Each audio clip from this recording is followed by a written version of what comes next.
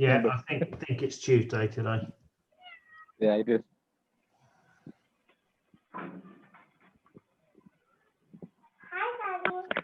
Fellow Toastmasters, most welcome guests to our What are you doing?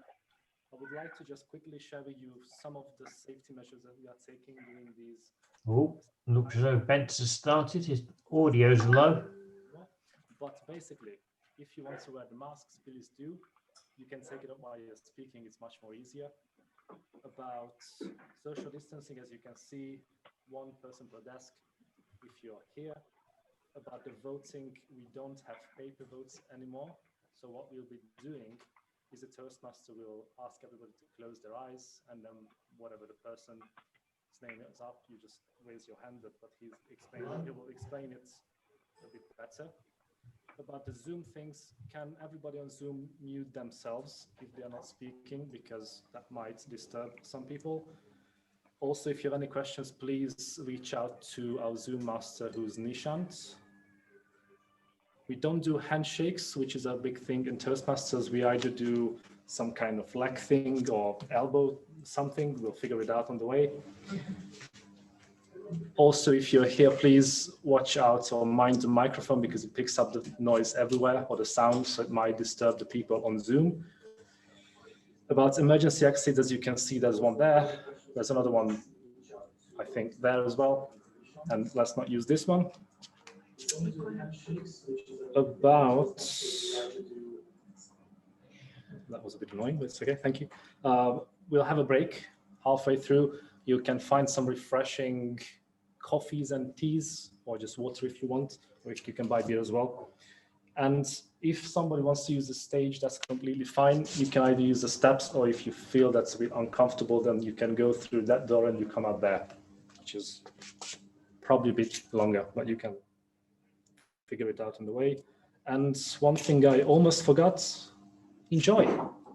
So I would like to introduce the Toastmaster for this meeting, who's going to be Saqib Musa. Saqib, please.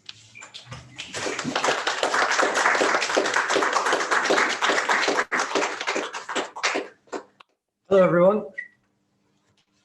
So I am in the privileged position where I'll be able to take off my mask again and again. Now, we have been told that we can be here, or if you would so prefer, you can be up here. Now, depending on how you're speaking, this is very nice because you have the light monitors, and maybe for a speech, it's a more grand thing. But if you feel, then you can be here as well. Okay, I think that the club committee will not be very happy if you go up and down like that. So please use the steps. I'm pretty sure it's a health and safety violation.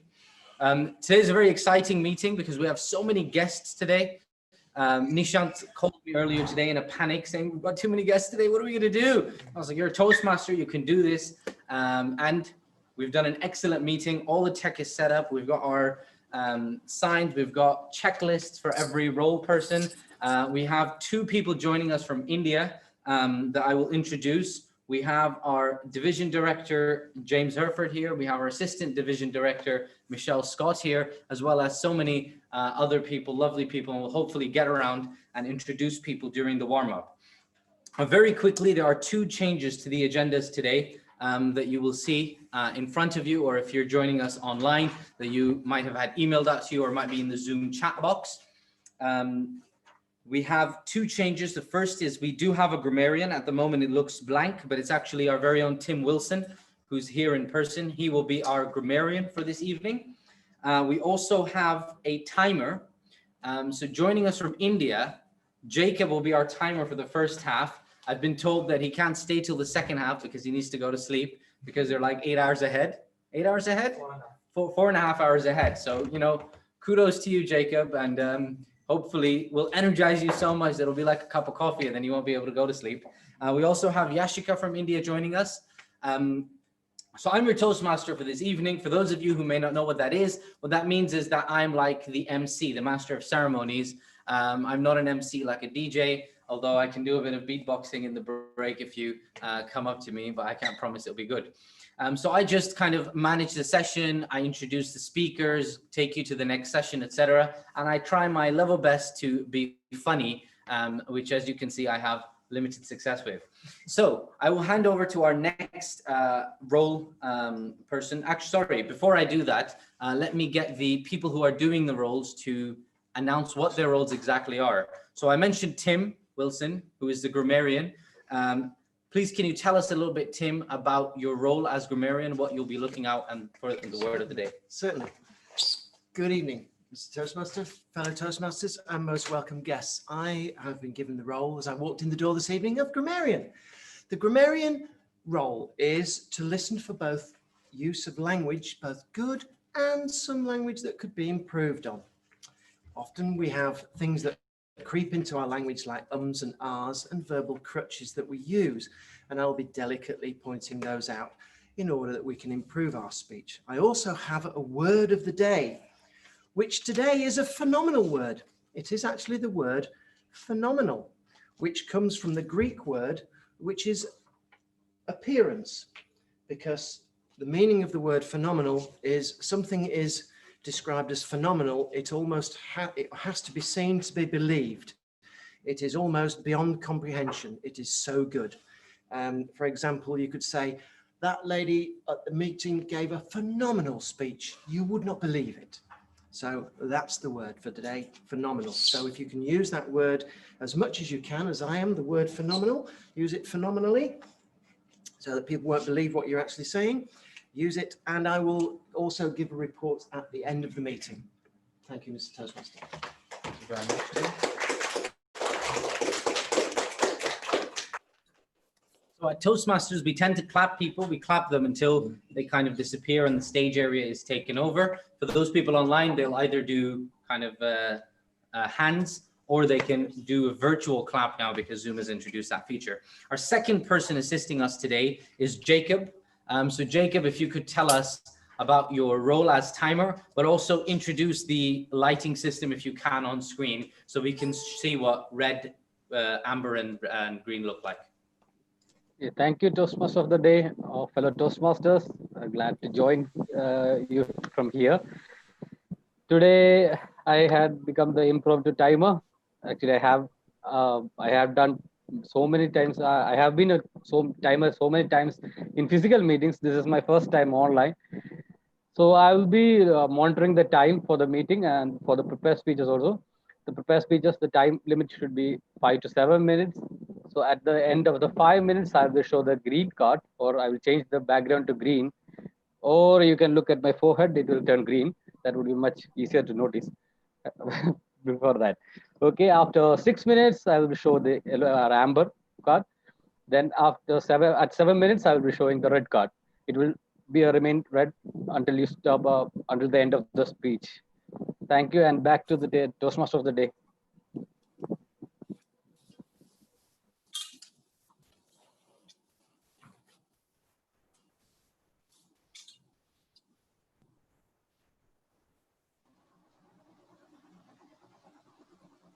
You have to unmute You yourself. are not audible. Hear me? Now you are audible. Okay, brilliant. You have to bear with it. This is literally the most technologically advanced meeting, I'm told, in the UK, by the way. I thought it was just the Midlands, but and this is actually the most technologically advanced meeting in the UK. So we can expect a little bit of snags. We are recording this for history as well. And I think we might do a live stream on YouTube or something. So anyway, to get everyone's voices warmed up, we have a warm-up person or humorist / greeter. He's joining us online, our very own Adam Redshaw, and he will give all of us a little task or activity to do. So Adam, if you can take over the virtual stage from your computer, please.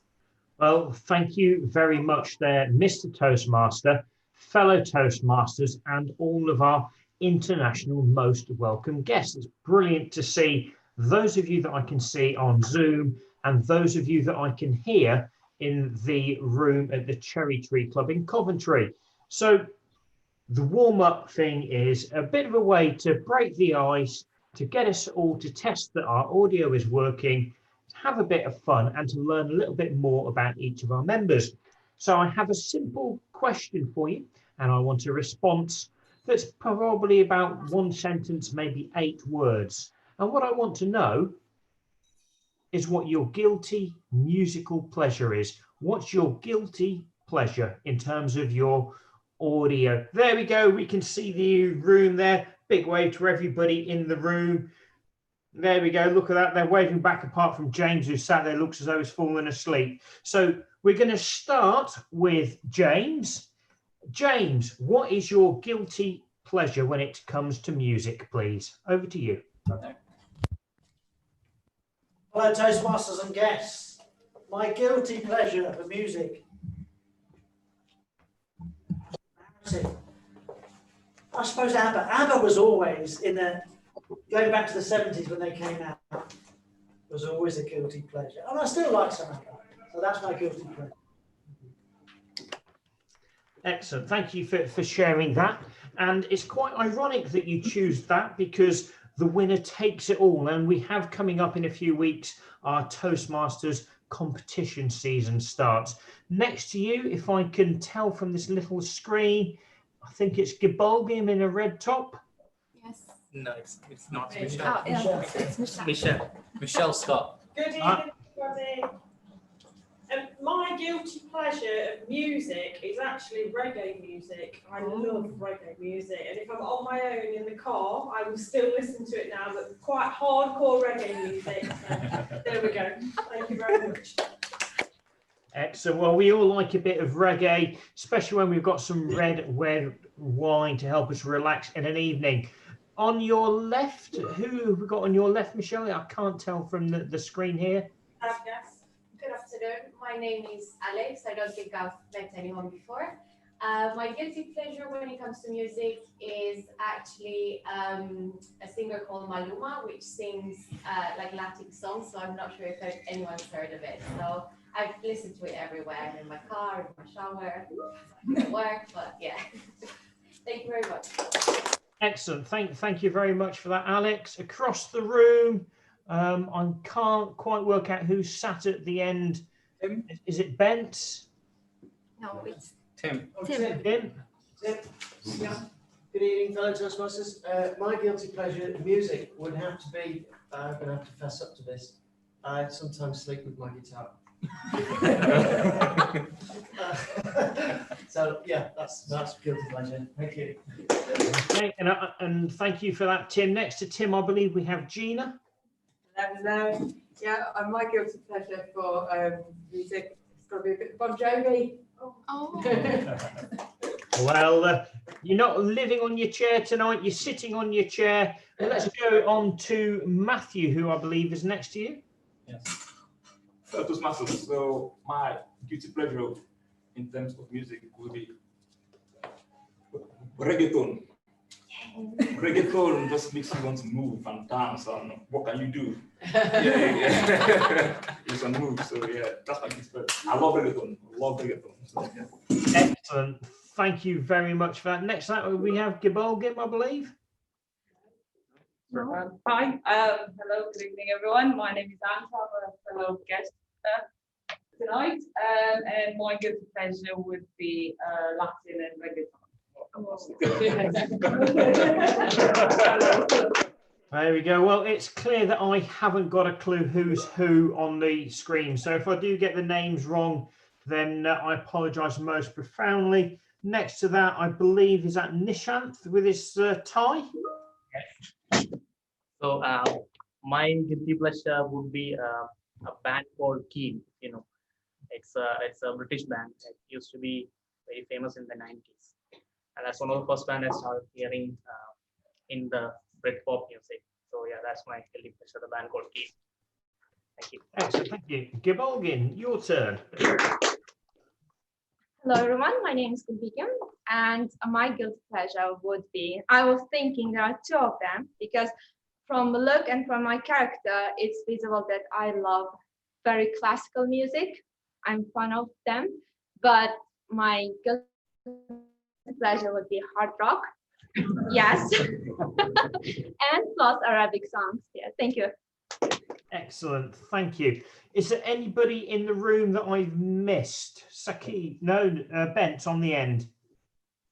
Toastmaster of the day. How can I forget you, sir? I'm not that was close, but sorry. Fellow Toastmasters, most welcome guests. My guilty pleasure is I cannot listen to lyrics while I work, so I listen to hardcore techno. I don't know why, it's repetitive, it helps me keep my game up, so that's my guilty pleasure.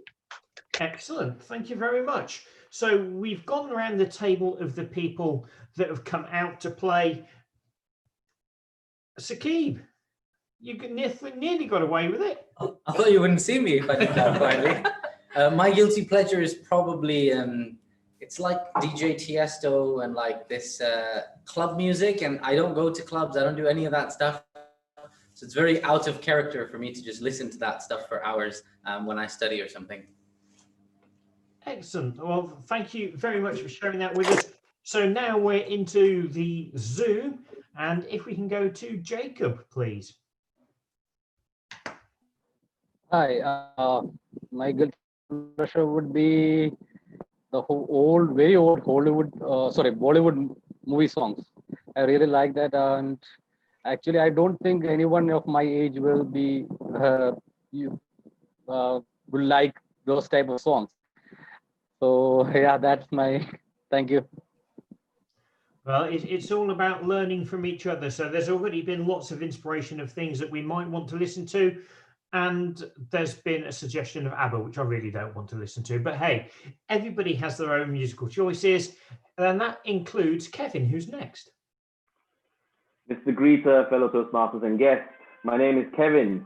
Guilty pleasures, there are plenty. But one that I feel brave enough to share with my fellow Toastmasters, I've been to a concert for both Mariah Carey, not as guilty, and S Club 7.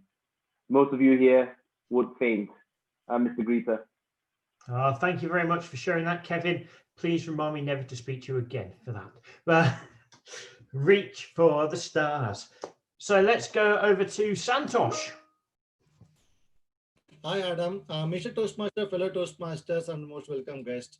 My favorite music is an instrumental, which will be any long ways. I love instrumental songs. Excellent. Thank you very much. Can't beat a good instrumental. Saves you forgetting the lyrics. Nurul, your turn next if you fancy taking part. Hi, thank you. Hi, everyone. My guilty pleasure would be I can listen to songs that I love all the time and sing it, and it really annoys my sister. Back to you. Thank you very much. Thank you very much indeed. So if I can pronounce this right, is it Srinivasan?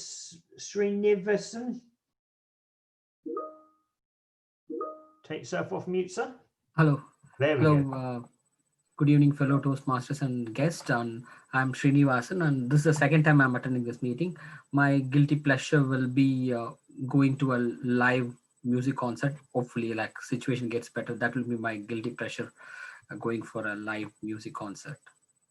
Excellent. Thank you very much. And we all hope we're back to concerts and things soon. So Benji, are you there? Is there anybody out there? There we go. Gone off mute. Yeah, I'm still here. My guilty pleasure, I like classical music and also world music, but being like 38, I do like Bollywood music. So excellent. Thank you very much for sharing.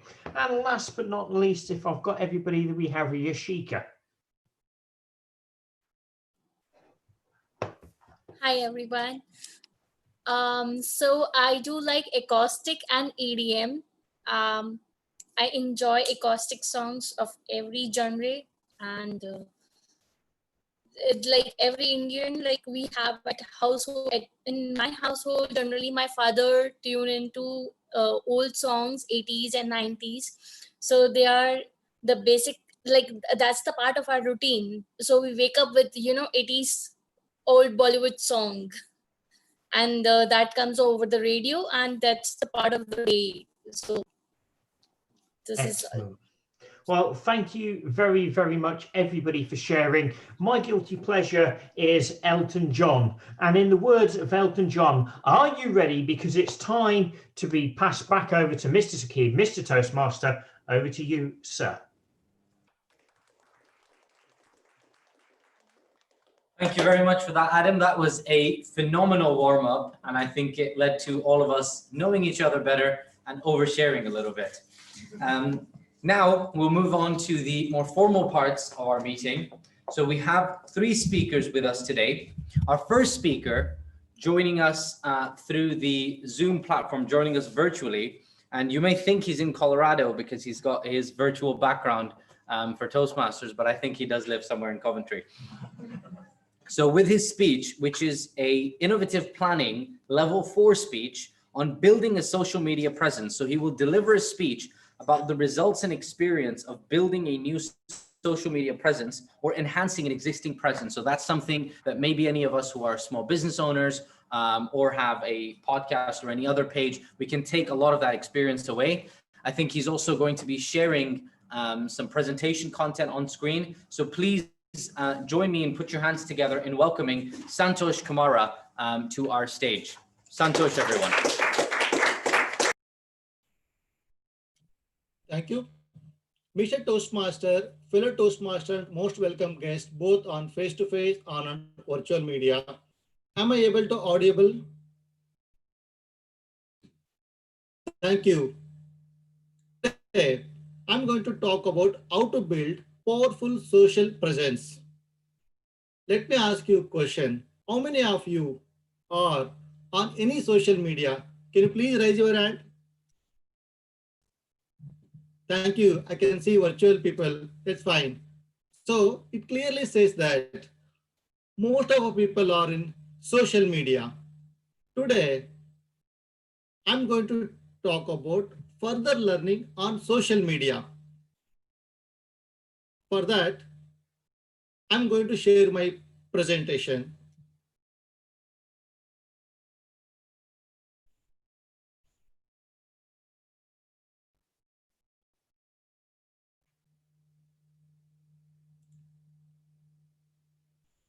Can you see my slide? Thank you. If you want to be in social media, these 5 things you should remember. First thing, why you want to be on social media? Who is your target audience? What are you going to share? Because social media is, after all, is an ocean. And where you are going to share and which particular social media you are going to share. And next, when you are going to share. If you understand these 5 questions, you may be almost understanding what is social media and what are the strategies. Let me go to the next slide. The first one, why you want to be in social media? Because let me give you one particular example, is a real example. One of my friend wife who is in Bristol, she had a love of cooking. Every week she used to prepare a very nice food. Of late, last 6 months back, she started putting her video like a 2 to 3 minutes about whatever she is cooking into the YouTube. And she got a very good positive response. And then she became that a habit. Every day, every week, she will come up with a new video, 2 to 3 minutes about very nice cooking. And she loves that. So the social media is from cooking to the personal to the any business you can take. For Godiva, our objective is to promote our club and to attract any new members. So now you understand what is social media, why it is required, and for Godiva and other personal usages. Next is if you understand in social media, who is your target audience? Because social media is like all the people will be there from the small age to the old age. So you need to understand who is your target audience. Is it based on your age criteria or a location criteria, or it based on your different languages or spending habits?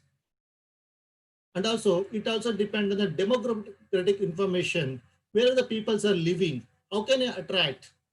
So if you understand this target audience, the next slides will be very, very easy. Let us see my next slides. Now you understand who are the target audience. Now the next question is, what are you going to share? You may be seeing a lot of things here. Are you going to share some kind of numbers or some kind of data, like my company profit is from 0% to increase to 30%? Or are you going to share your company or your club mission or a vision? Are you going to share some kind of likes or dislikes, whatever it is? or some kind of videos. So here also, when you want to share, you got a lot of editing tools are there. Maybe the posting tools and editing tools, you can always come up and you can post it. To share for the Godiva, we are sharing like a members and a visitors. You make sure that when you're posting a visitors, get a permission from them, because some people are not like to go on social media. And also you could post group snaps, and the snaps may be which may be inside our Toastmaster club, or which may be outside, like we have a team outing or we have gone to somewhere. So those photos you can post. Also awards you can post, mementos and the banners, whatever you can always post. The next, you should know what you're going to post next. Where are you going to post? Because I already told it is an ocean. There are a lot of websites are there, a lot of social medias are there, and each social media is following particular marketing strategy. Like Facebook is following his own strategy compared to LinkedIn strategy. You need to understand what strategy you are going to use it. And also, I also put the data here. You can see how many users are there in each websites. You can clearly see which is more effective. And for Godiva, we have chosen 3 to 4 websites: Facebook, Instagram, Twitter, and LinkedIn. You may be asking why we choose only these 4. Because if you just Google it, any topic, and out of these 4 will be there always. That's what we have chosen this.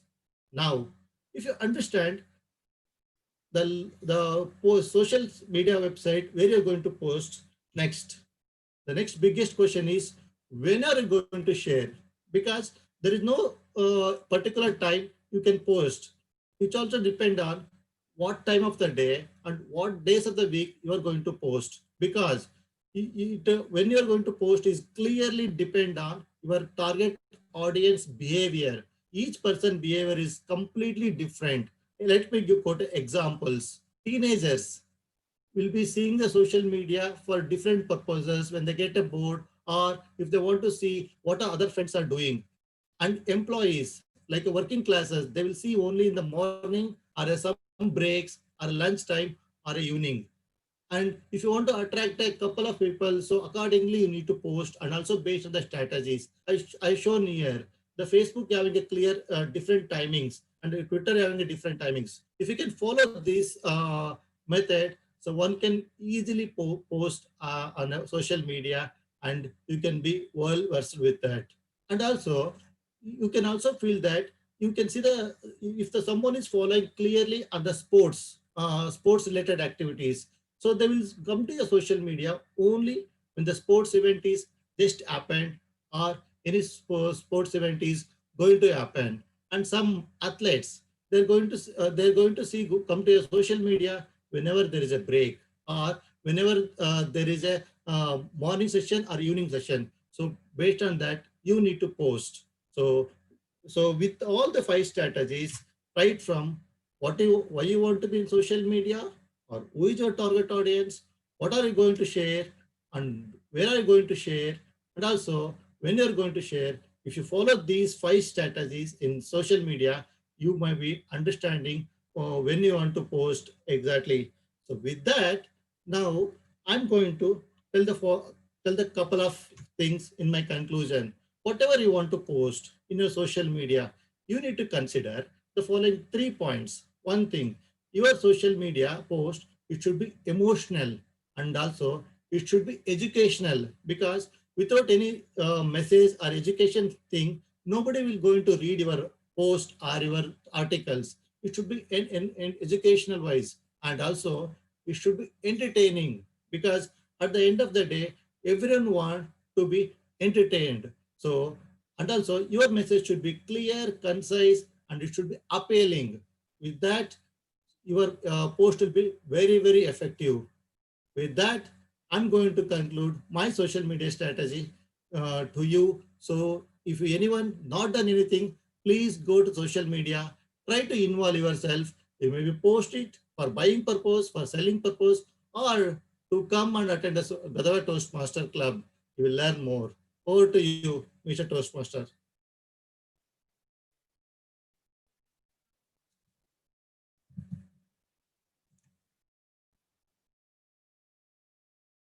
showed the amount of effort and experience that you'd put into it.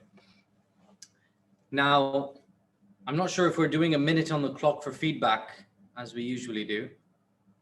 We can send a message. Yeah, so people can send a message. Those of you who are familiar with our club, you can send the message via WhatsApp. You can find Santosh's number. Those of you on Zoom, you can directly chat him. And those of our guests, maybe if you want, you can write it down or send it to one of your contacts and we'll forward it through. So if the timer can put 60 seconds on the clock, please.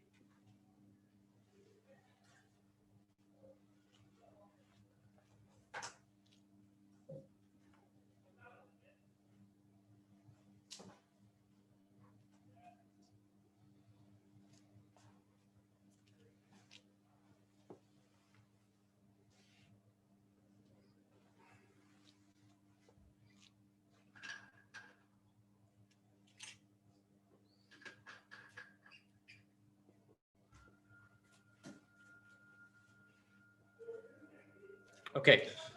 60 seconds is up. Thank you. Okay, so now we'll move on to our second speaker of this evening. Now, our second speaker is Benz, and he's going to be doing a level 2 project on visionary communication. His topic is going to be about understanding your communication style. So he's going to give us some details about that. And his speech title is Message of Change. So for the next speaker, Benz, his speech title is Message of Change.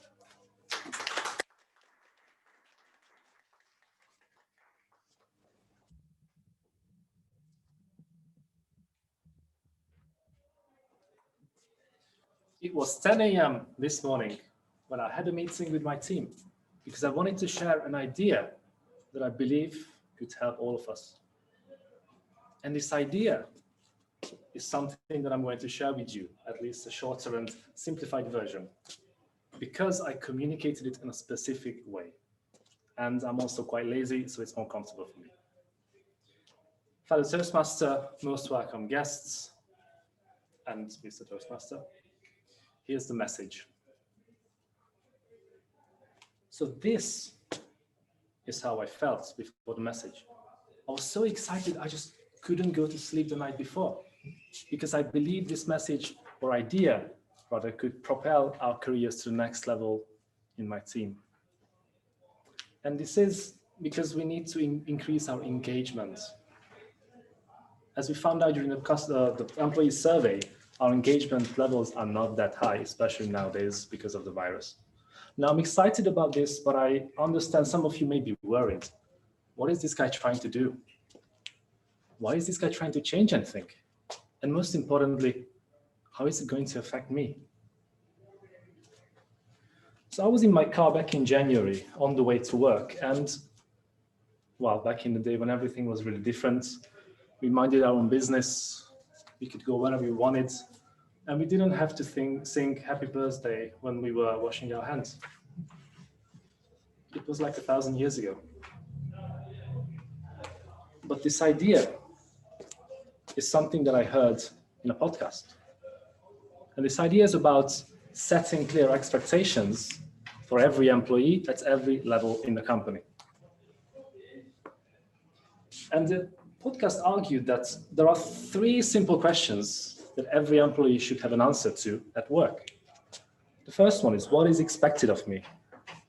The second one is, how am I doing against these expectations?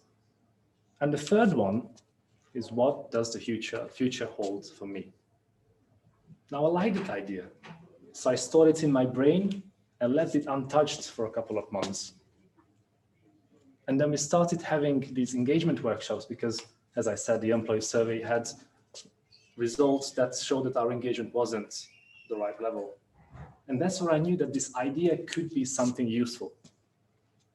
Because the best way to increase engagement is to make us inspired and motivated to go to work, and especially excited.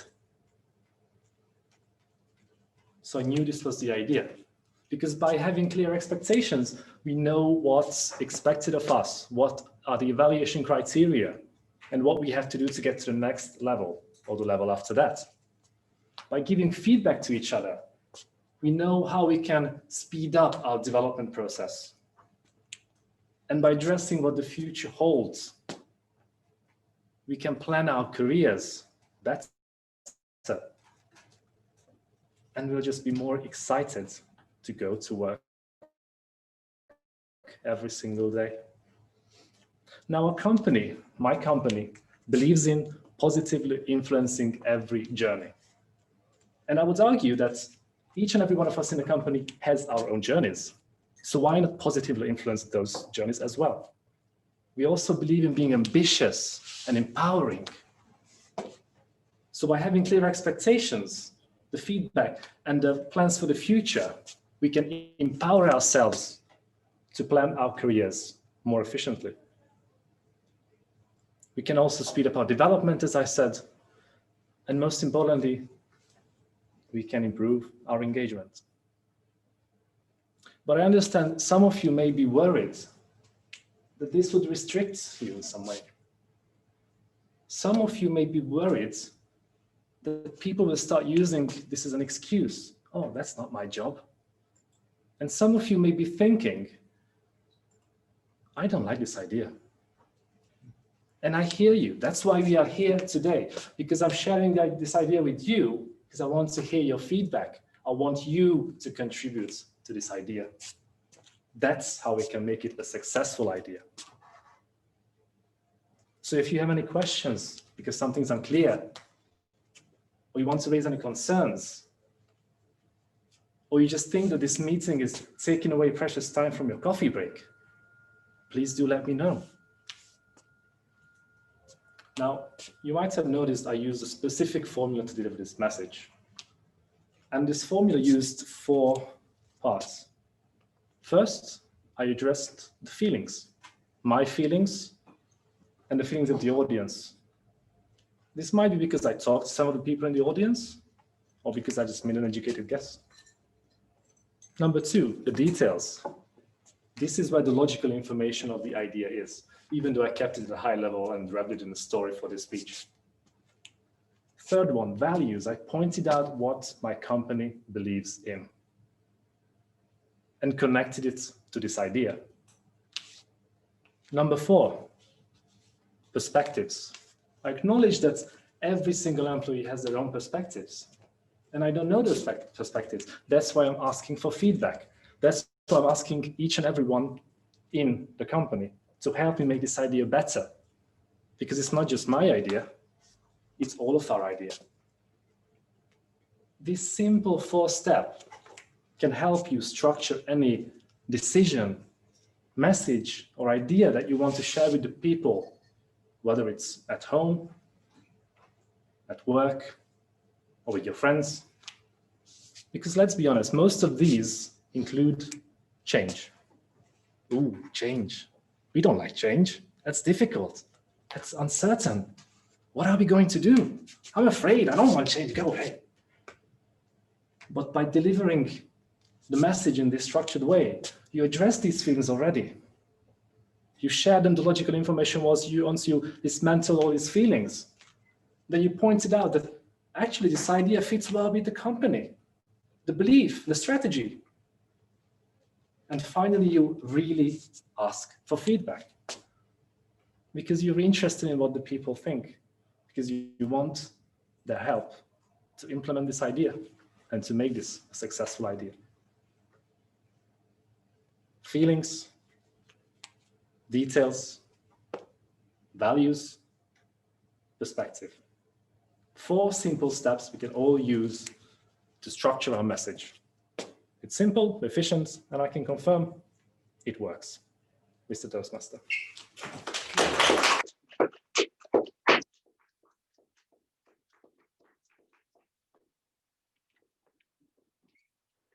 Thank you very much for that, Bent. Now, again, if the timer can put 60 seconds on the clock for us to collate any feedback and send that over to Ben.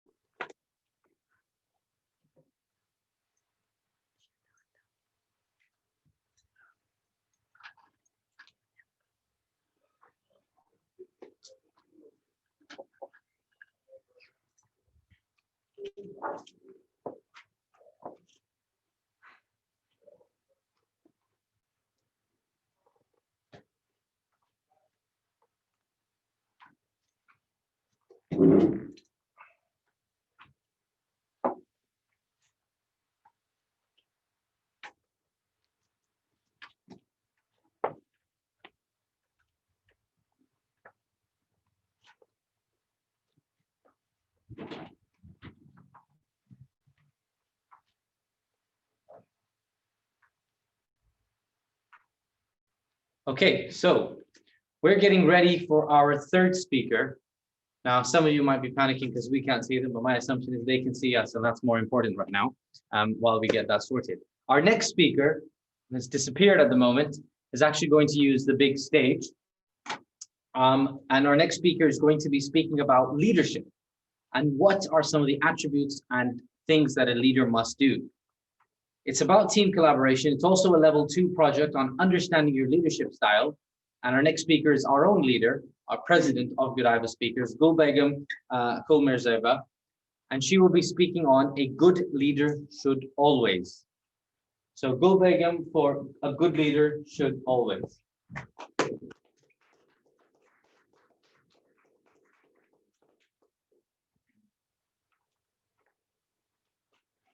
A good leader should always.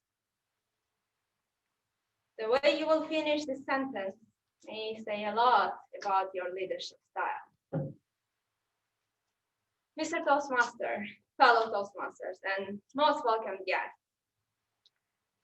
I would like to invite you to take a journey with me to find my leadership style and at the same time your leadership style.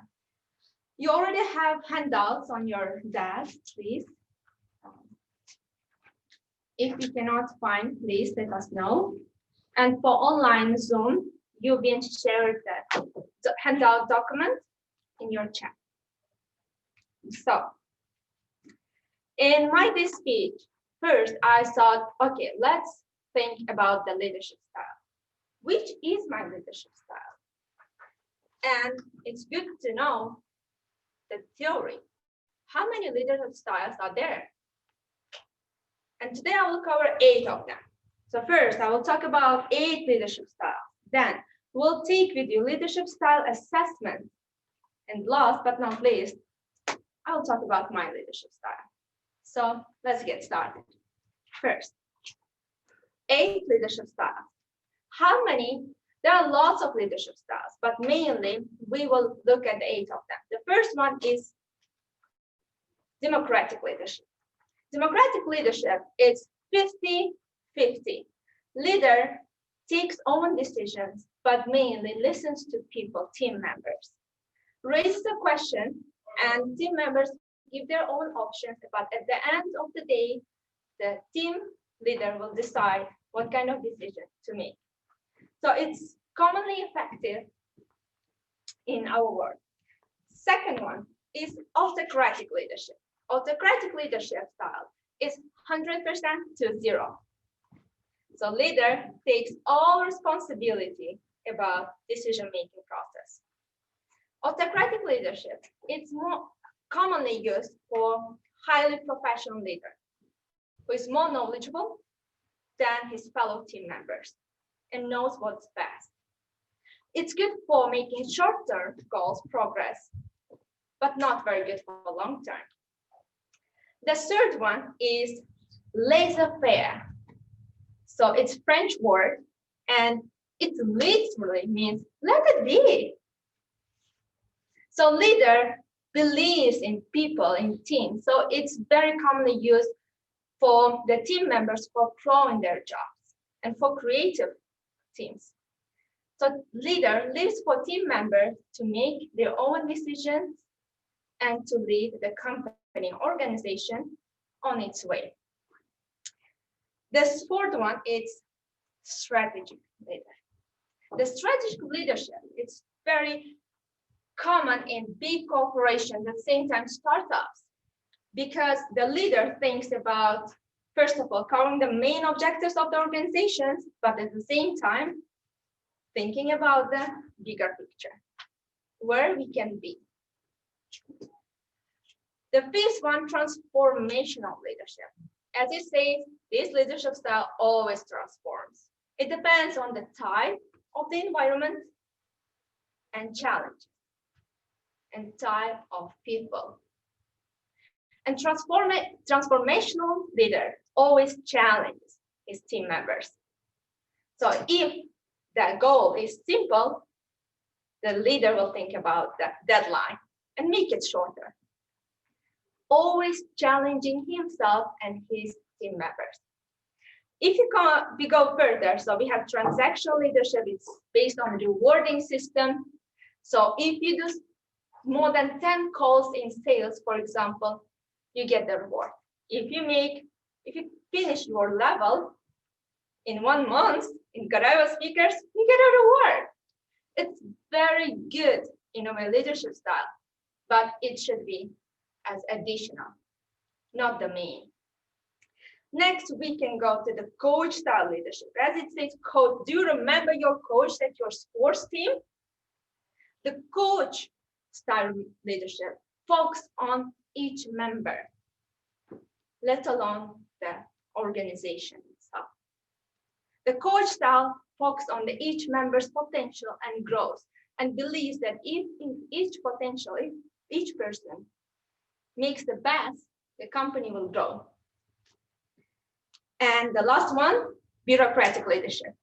Bureaucratic leadership focuses on the difference between bureaucratic and autocratic is that bureaucratic mainly focuses on books, but cannot accept ideas that's against the autocratic, against the rules, I'm sorry. So if you look at your test and which you are, and there are, based on the test, the professor and psychologist, they worked on, and we have people. All leadership styles are based on person type.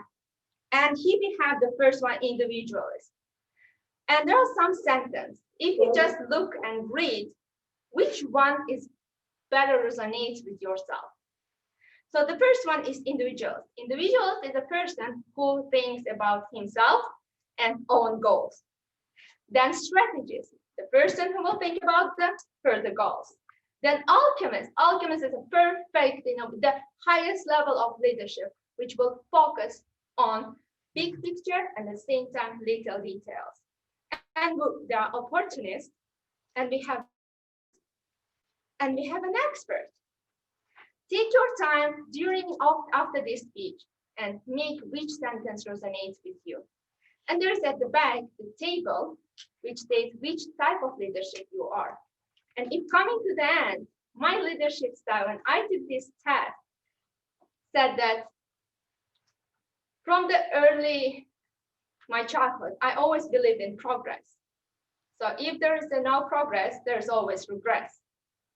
And I believe that leadership is not a profession, it's about lifestyle. I believe in each member of my team. I place the growth of this organization above its sustaining the same. So my leadership style said that I am 33% strategic and 63% transformational. And my sentence would be finishing: a good leader should always believe in people, in vision, and in future. It's a Toastmaster.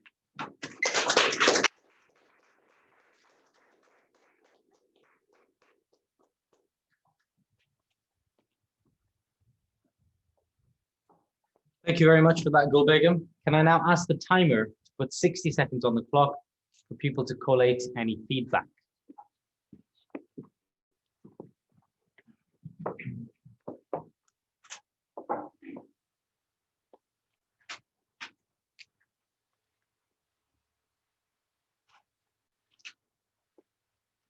Can I also ask the timer to provide the names, the times of the three speakers, please? The times of the three speeches that we had.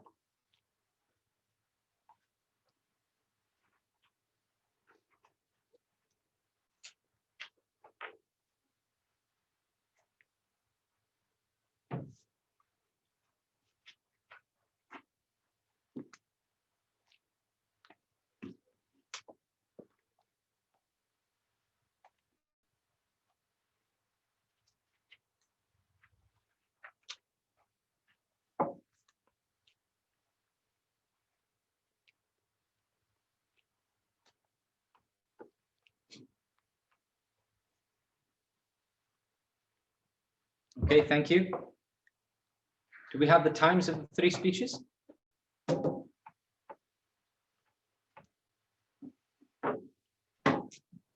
I announce the time or? Yes, please. Okay, the time taken by the first speaker, Toastmaster Santosh, was 8 minutes 38 seconds. Time taken by the second speaker, Toastmaster Ben, it is, I think. I didn't get the name correct. The time was 7 minutes 17 seconds. And for the third speaker, I didn't get her name actually. The third speaker took 7 minutes and 36 seconds. Okay, thank you very much for that, Mr. Timer. It's very rare that I announce this because usually it's all speakers qualified, but today we only had one speaker qualifying. So the limit is 7 minutes and 30 seconds. The reason we're strict about this in Toastmasters is because in life, oftentimes you'll have a limit to how long you can speak in, and certainly the contest, and our next meeting is going to be a contest. If you speak over the allotted time, oftentimes you don't even get an indication or a bell. You're just disqualified. So a speech which is 5 minutes for green, 6 minutes amber, 7 minutes red is between 4 minutes 30 and 7 minutes 30 seconds. Now, we had three phenomenal speeches in the first half, and now we go to the other side of the Toastmasters proverbial coin, which is evaluation. So while our three speakers have been speaking, we have had a few of our Toastmasters listening and evaluating their speeches. And now we will go to a section where these evaluators will present some feedback that all of us can benefit from and that our speakers can benefit from as well, so that they can improve the next speeches. Our first speaker, Santosh, on social media strategy, will be evaluated by Gina Dallison, our very own immediate past president. So Gina Dallison with the evaluation of Santosh's speech.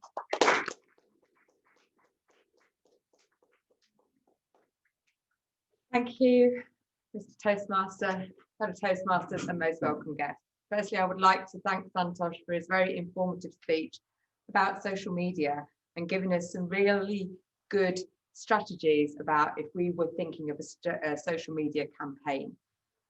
What I love about Santosh's speeches is they've always got great structure, and he structured them around 5 questions that he went back to again and again. And he also had a very slightly busy looking, I would say, PowerPoint presentation that enabled us to sort of go along with him.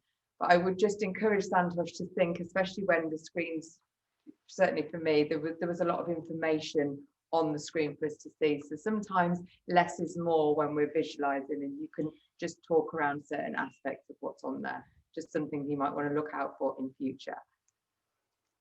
What he did really well is he told us what he was going to tell us, and then he went on to tell us what he told us, which is always a good format to use so we can actually follow his structure well.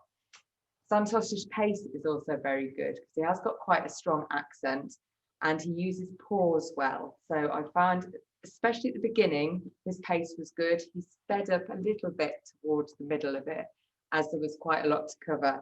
And actually, as his timings went over a little, might want to look at actually putting less in his speech in order to actually deliver more and to get the main points across.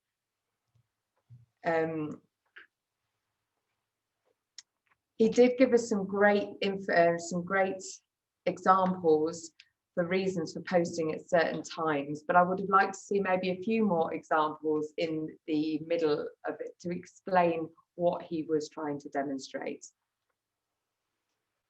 Santosh did give us a nice conclusion, but I was slightly confused with the conclusion because it wasn't linked in to actually, or certainly I didn't see it linked in to one of the questions. That would have been the 3 E's would have been a great thing to include in what to share and then cover into the conclusion, because the conclusion really should be a précis of what the whole speech is about. So again, I think the takeaway for that, Santosh, is you use structure well, but I think you could improve to try and actually make something that is really quite a big subject, and that's a real challenge for anybody to do, something that's a bigger subject as social media and all the strategies that could go in with it, and bring that down to a 6 or 7 minute speech. So I think the takeaway for that will be less is more, and actually when you're writing a speech, and that's the same for all of us when we want to give a lot of information, and 7 minutes is never enough for a Toastmaster because we always want to talk more, is what can we strip out of it so we can actually give more to the audience and let them give a real strong takeaway. So thanks again, Santosh, for a phenomenal speech, and I will look forward to your future ones.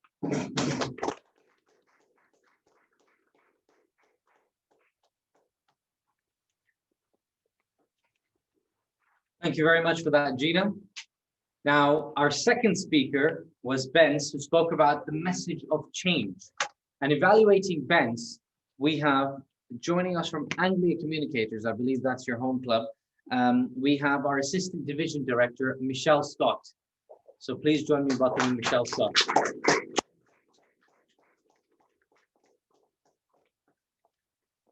Thank you, fellow Toastmasters and most welcome guests. It's so lovely to be here this evening at this first meeting that we've been to in probably 6 months, and meeting people and also having a hybrid meeting as well. Wow, definitely a phenomenal speech from Bence. Thank you, I really enjoyed your speech. A few things that I wanted to say about Bence's speech was, the first thing was how he grabs the attention from the beginning.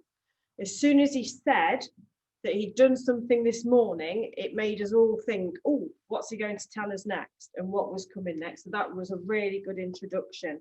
It kept that inspiration there right from the start of wanting to know what more you had to say. You felt it as well with his experience. You can clearly see that he's an experienced speaker, and that came through from the start and through the structure. He was trying to tempt us and tease us about what was coming next, and gave us some ideas about wanting to hear more throughout that speech. The other part of Bence's speech, which I found very good, was his body language. I felt that you moved around a bit, you kept your eye contact around the room all the time. It was really good. It included, made us all feel like we had that inclusive feeling, as well as looking at the screen in between. Clear, well-paced. I didn't hear any slip-ups or anything like that. I felt that it was very good all the way through, and especially when he emphasized the excitement, you had that excited phase, and you gave the body language that went with that. Also, I felt that the theme was really good. The message of change from start to finish was shown throughout, and I'm sure everybody else felt that too. You used words like inspirational, and you could really feel yourself being drawn into that inspirational speech. For my recommendations for you as a speaker, clearly, I feel that you're a very experienced speaker. So there's just a couple of things that I would put forward for yourself. You started part of the speech, or when you got into the speech, by saying that you had 3 things, and it made me feel that that was going to be the structure of the speech. And then you came up with 4 things for the speech as well. And I kind of lost the flow a little bit with that. So just a bit of a feedback for you there. And similar to what Gina was saying, sometimes a bit less is more. I think you've got so much great information to pass over, and we want to hear it all, but it's such a short space of time to hear it. But what you've provided was fantastic. Thank you. So in conclusion for me, yes, the message of change was really good. It came through that you wanted to inspire and motivate people. It would be lovely to know who your company is, because clearly they are doing a really good job of trying to give a message of change. And I would love to hear more of your attention-grabbing speeches in the future. Thank you.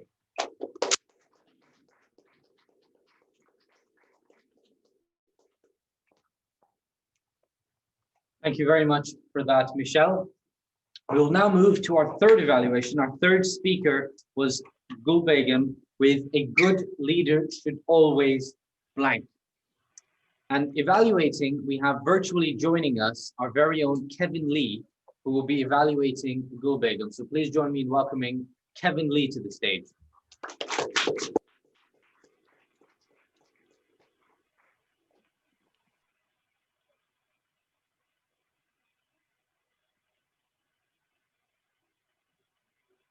Toastmasters of the evening, fellow Toastmasters, and especially our president, Gul Begum.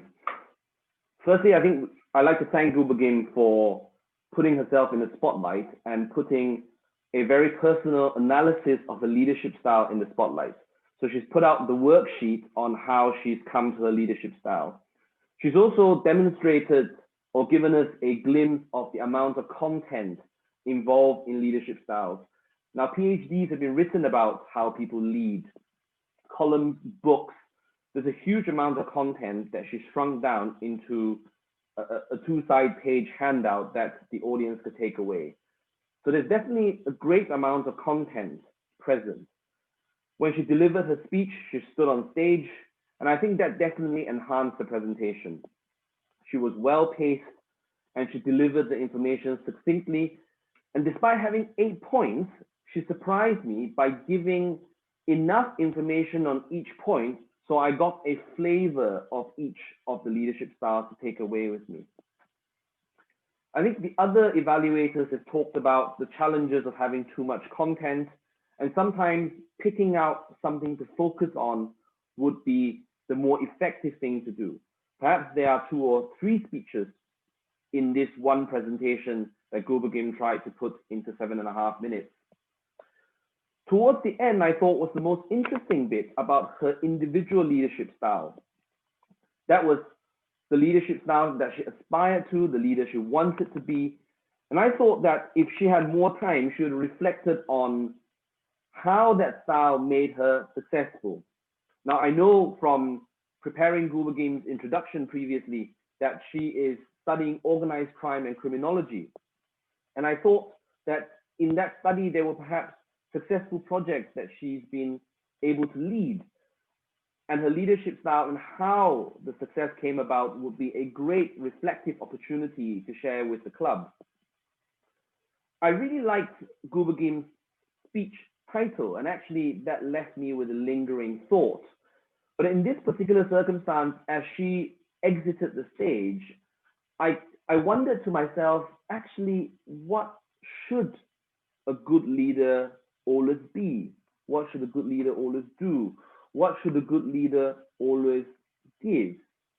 And I think that in itself perhaps is another speech opportunity for Gul Begum in the future. So all in all, I think there's a huge amount of content.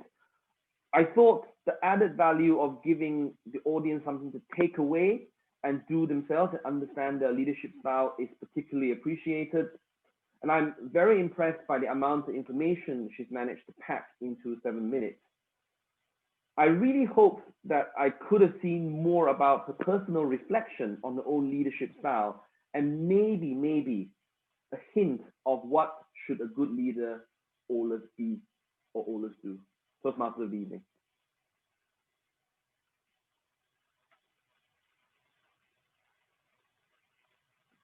Thank you very much for that, Kevin. Can I now ask our timer to give us the times of the 3 evaluators, please? Thank you, Toastmaster of the day. The time by the first evaluator, Toastmaster Gina, was 3 minutes and 6 seconds. Time took by Toastmaster Michelle, the second evaluator, was 3 minutes and 7 seconds. And time took by third evaluator, Toastmaster Kevin Lee, was 3 minutes and 14 seconds. Back to Toastmaster of the day. Thank you very much. So those evaluations were all qualifying. We will do a vote after the table topic evaluations in the second half of the meeting. Now, before we go to our break, and I'm sure everyone's eager for the tea and coffee and any drinks, do we have any club business for today? And if so, I will hand over to our club president, Gul Begum.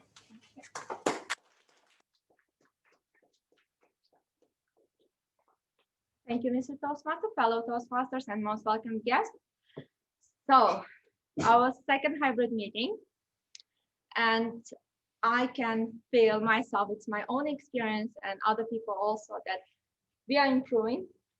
We are getting more and more better. We are getting better, yes, in this. But we have the main news for the next meeting. And next meeting is our contest. We have 2 contests coming. The first one, humorist, and second is table topics. So for all the members, take a chance, try yourself, challenge yourself. We have stage, as you can see, the feeling on the stage. It was my first time, and trust me, it's different.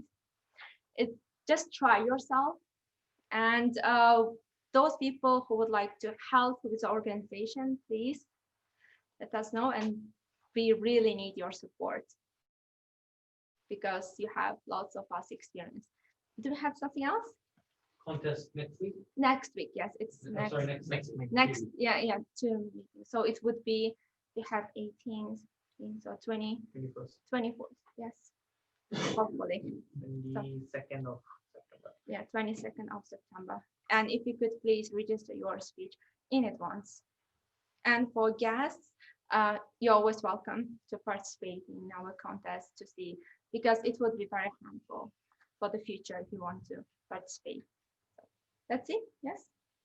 Thank you very much. And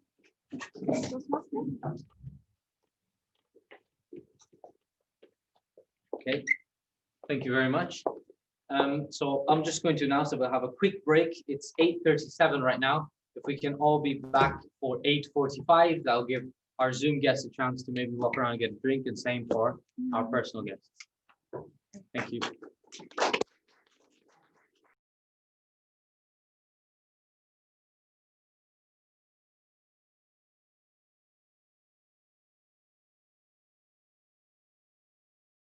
Welcome back, everyone, to the second part of the meeting. As we are taking our seats, I see people coming back online as well. Welcome back. The second part of the meeting will be the table topics. Whether you like it or not, whether you've experienced it or not, this might be the first time. So I will pass on to the Toastmaster, who's very careful with that mug. I don't want to make him rush. Thank you. Thank you. Okay, brilliant. So I actually was gonna chill out and have my tea, because my impression was that we would go straight to the table topics master. It turns out I was caught unawares. So the table topics master for today, sorry, quick one for everyone. We have a in-person timer now, so we weren't able to keep Jacob awake. I'm sure he has work and stuff in the morning, so he's actually had to leave the meeting. But we have Gul Begum who's going to be doing the timing. So you'll see a green light and an amber light and a red light.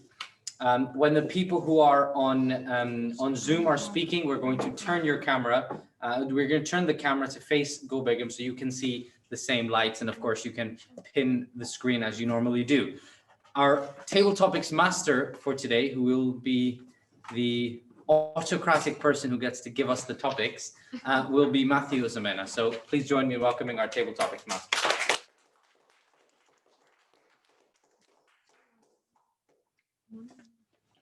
Hello, Toastmasters and most welcome guests, as well as our Zoom attendees. I would like to welcome everyone to the most exciting part of our meeting, which is the table topics, where we get to practice our impromptu speaking skills. And it's also where those who don't have roles get to speak and participate.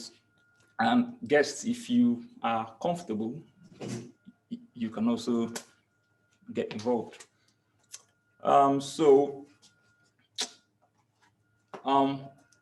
Okay, so each speaker is supposed to speak for a minimum of 1 minute. So at 1 minute, you see the green lights. At 1.5 minutes, you see the amber lights. And at 2 minutes, you see the red light. So I would like to encourage speakers as well to use the word of the day, phenomenal. I've not heard it so far today, so I would like people to incorporate the word of the day in the table topics.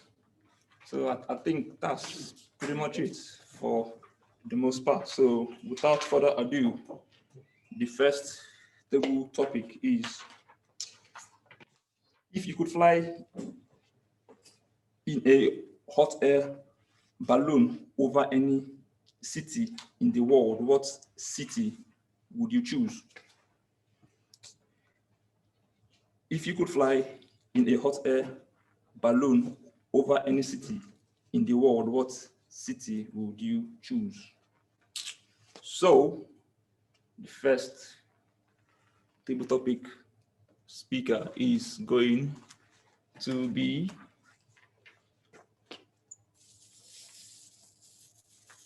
Tim.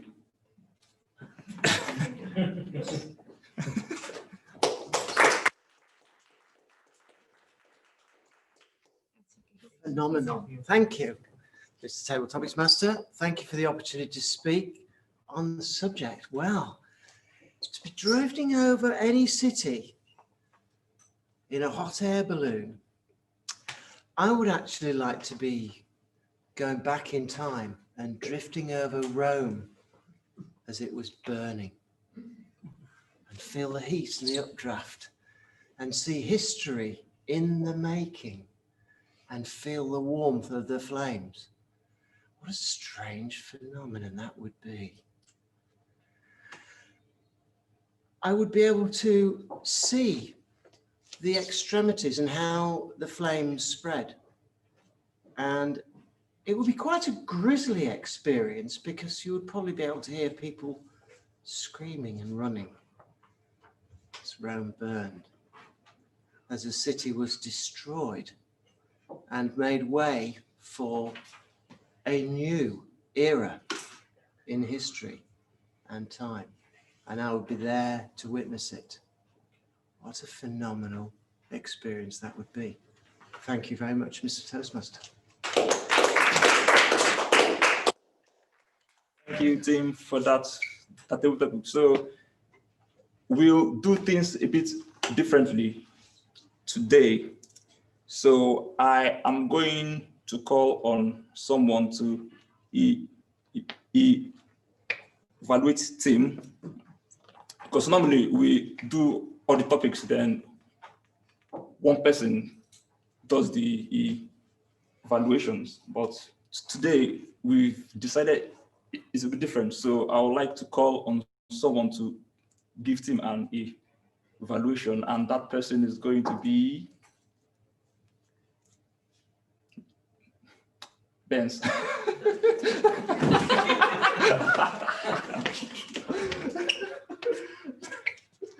Mr. Table Topics Master, fellow Toastmasters, and most welcome guests.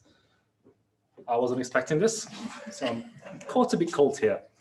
But Tim's speech, I have to say, he did capture our attention right away by saying he would go back in time instead of doing something right now. I didn't think of this, but as soon as he said the words, I started thinking, that's a good idea. I might be going back myself. Maybe not to Rome, but a different city. So I really liked how the pace of Tim's speech was, because he slowed it down, really made us go into the details of how the burning of Rome could have felt like, even if it's from a hot air balloon up there. but it was very detailed, and all these details, I think, managed to make it be more, not capturing, or probably it's a something that just draws you in. So I really enjoyed this, and I'm really just waiting for this green light to turn off because I don't know what to speak about. Thank you, Raj. Thank you. Thanks for being brave enough and being my first victim. Yeah. So the next table topic is going to be, what do you wish you spent more time doing 5 years ago? What do you wish you spent more time doing 5 years ago? And the next table topic speaker is going to be Adam Redshaw. Well, thank you very much, Mr. Table Topics Master. What would I like to do more of that I did 5 years ago, if I've understood the question correctly? That's weird. I can see myself on the screen. That's horrible.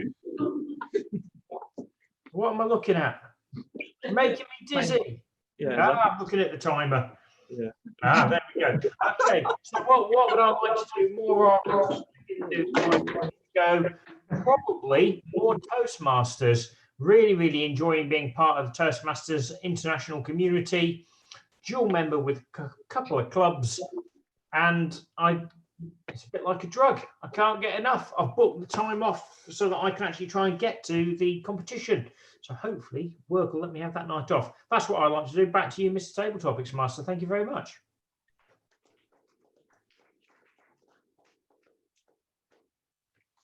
Thanks, Adam, for that interesting speech. What I would have liked to do myself more 5 years ago, with probably clubbing a bit more. So I would like to call on someone to evaluate Adam now. So the person I'll call to evaluate Adam is no, obviously not you, Nishant.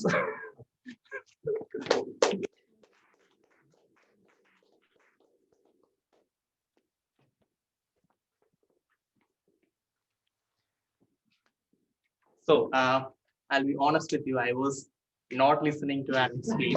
I was fully focused on muting and unmuting the camera. But since I've been seeing Adam for a long time, and I know his capability of doing a table topics, so in fact I was listening to him. His voice was very good. He had very good modulation, and the best thing is that the one thing that I noticed is his green Mohican hairstyle, which stood out during the speech. So a very good speech, and I expect a lot more speeches from you, Adam. Mr. Tabletop.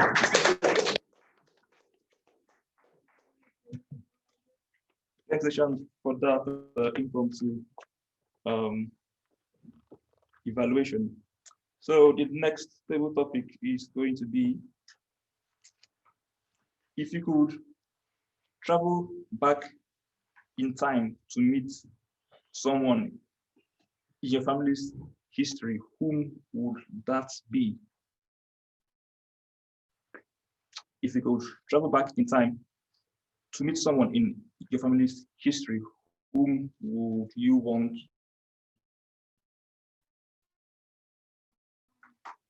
to meet the most? The next speaker is going to be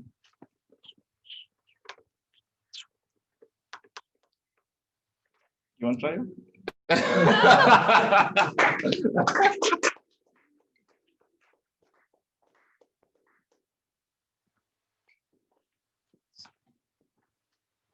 Hello, Toastmasters and guests.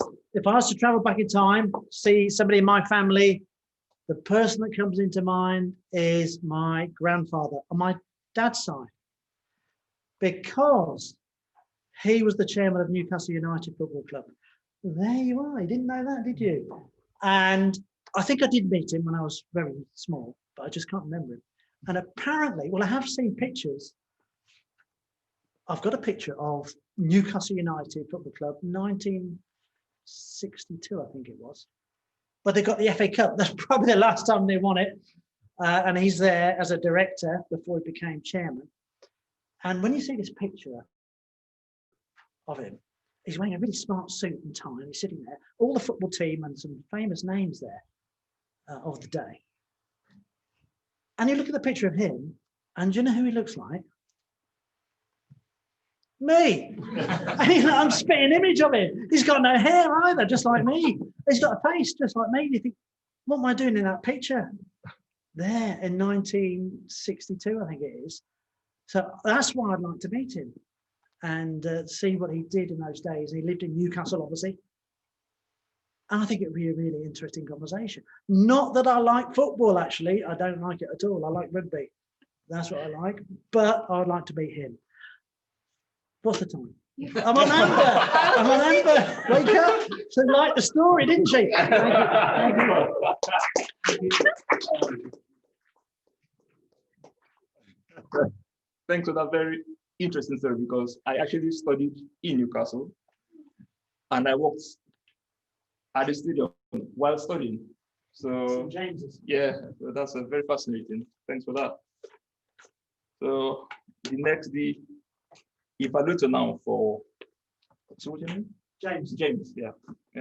James's evaluator is going to be, who should I pick on now?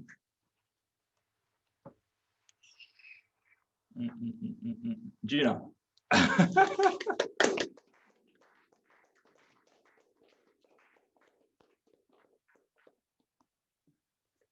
you very much. Table Topics Master and Toastmasters and most welcome guests. Well, wasn't it great for James that he's actually got somebody really famous in his family that he could go back and talk to? And what I particularly liked about when James told us about his grandfather was when he described the picture and described what he looked like. And we had a bit of a pause before we all sort of knew what he was going to say. I sort of did. But then when it actually came about, and he had a bit of a joke about his hair and and his face. But what I think would have made the speech a little bit more interesting, certainly for me, is what sort of questions would James have asked, especially if it's not particularly about football, as that's not really his thing. So what would he really like to know from his grandfather on his father's side? But yeah, how cool is that you've got somebody that is famous in your family? So thank you very much.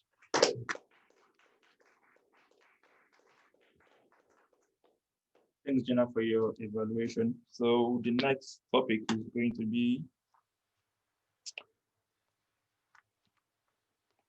what has life taught you recently? What has life taught you recently? And I would like to call on Srini, if you are comfortable. She's a guest. Yeah. Hi. Oh, okay. Hi. Hello. Hi. Good evening, fellow Toastmasters and distinguished guests. Sorry, I was not expecting this. I was expecting that somebody will be called. That's a surprise. Yeah. Coming to this topic, that what the life has taught me during this time is obviously this. Now the situation is not as we expected, and there is a drastic change when compared to Feb to now, that no one expected that everything goes upside down, and no one imagined that we'll be confined in a room and we have to be careful in everything. So life can change in any moment, and we should embrace whatever we have and don't complain, and be happy with whatever we have, and try to be realistic and be compassionate to others. And those are the things which I learned, and which I would like to carry forward in my future, and be humble and try to respect others. That's what I learned during this recent times. Thank you.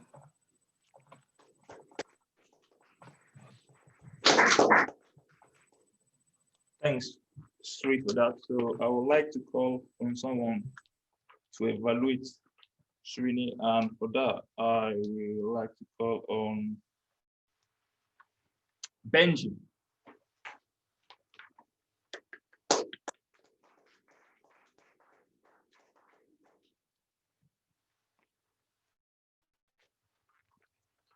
Benji, She's on mute. are you there?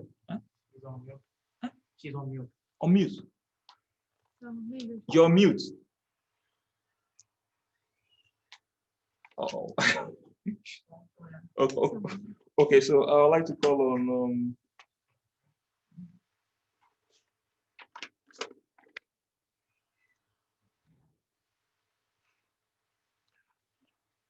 Kevin. Table Topics Master, fellow Toastmasters, our guests, and Srini. I think this is one of the times where you really thank the speaker for digging deep inside to figure out actually what reflection I've come to discover during this period of lockdown. And I think he gave us 3 things to take away. Firstly, an attitude of gratitude, compassion to others, and humility. There's a huge kind of lifetime of discovery. And I thought perhaps just focusing on one of those and sharing a bit more about what kind of attitude of gratitude was discovered, what kind of compassionate acts has the speaker challenged himself to do during this period of time would have comfortably padded out the 2 minutes, rather than trying to keep adding single lessons without further elaboration. So I think there was a huge reflection there, but perhaps just focusing on one of those, give an example, would truly enhance the table topic master.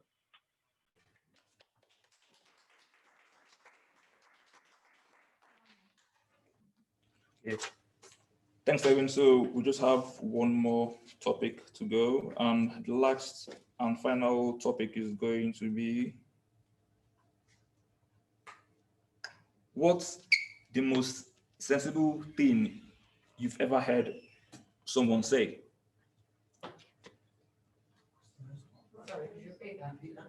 What's the most sensible thing you've ever heard someone say? What's the most sensible thing you've ever heard someone say? So for the final topic, I would like to call on Nouveau. Is she still there? Okay. Okay. She's coming. She's coming. Okay. Yeah. Yeah.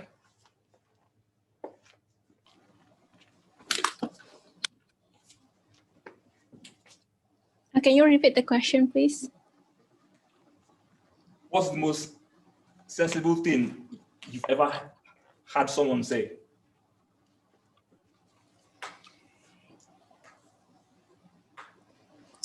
Thank you very much, Table Topic Master. You know, it's kind of weird, but I really adore my boss. And my boss will always say something that is not sensible to me. He will always keep pushing me like no other. He will always give me something to think about indirectly. Like for example, I'm an accountant, so we have one case to fight against our authority because we are representing our clients and we would like to claim refund from our government, and our application was rejected. And to be able to communicate with the authorities, my boss sent me, who was a very, very new employee, instead of him representing himself.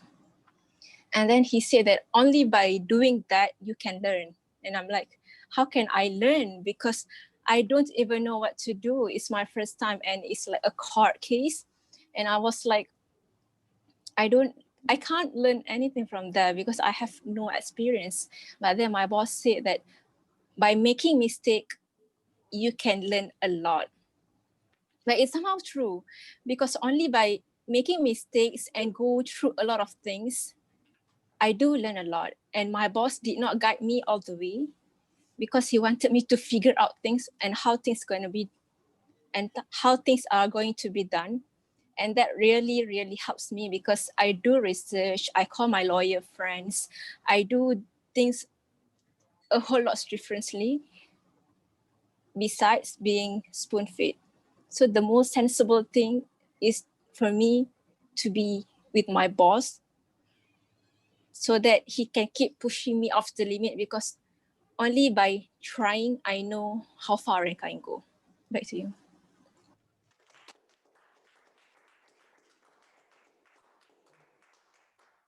Thank you very much, Nuru, for that interesting topic. So I would like to call on someone to evaluate Nurul, and that person will be Alex.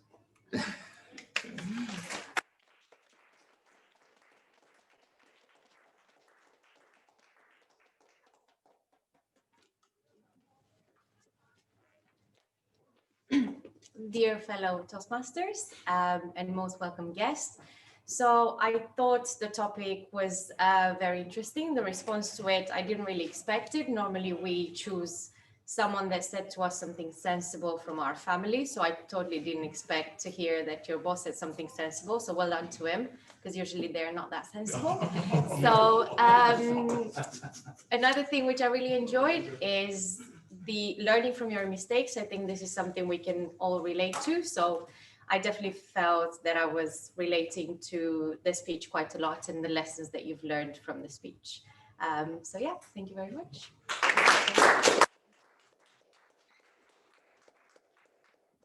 Thank you. I'd like to thank everyone for, especially our guests, for being brave enough to participate, because I know it's not easy on your first meeting to just show up and talk and speak in front of people that you don't necessarily know. So we appreciate your bravery, yes, and courage. And courage. So without further ado, I'd like to hand back to Mr. Toastmaster.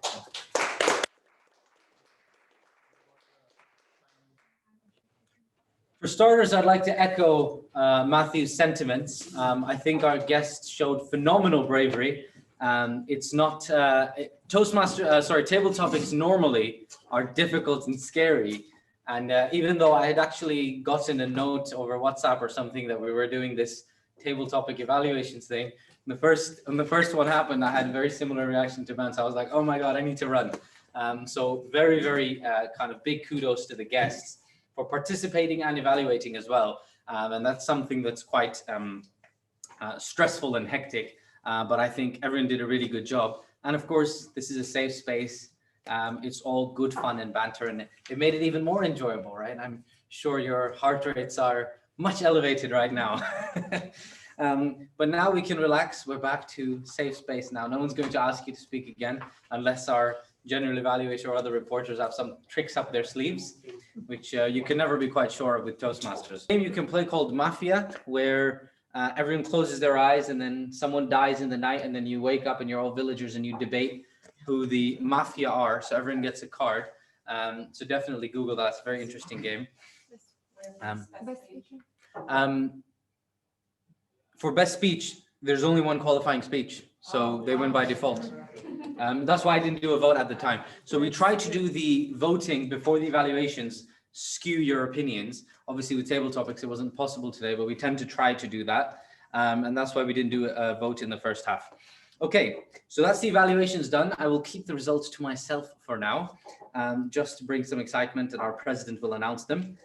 Can I now ask the reports? So today we had some people that we introduced at the start who reported, were monitoring various bits of the speech. So the first report I will take from the grammarian, which is Tim. If you can please tell us the results or of your observations.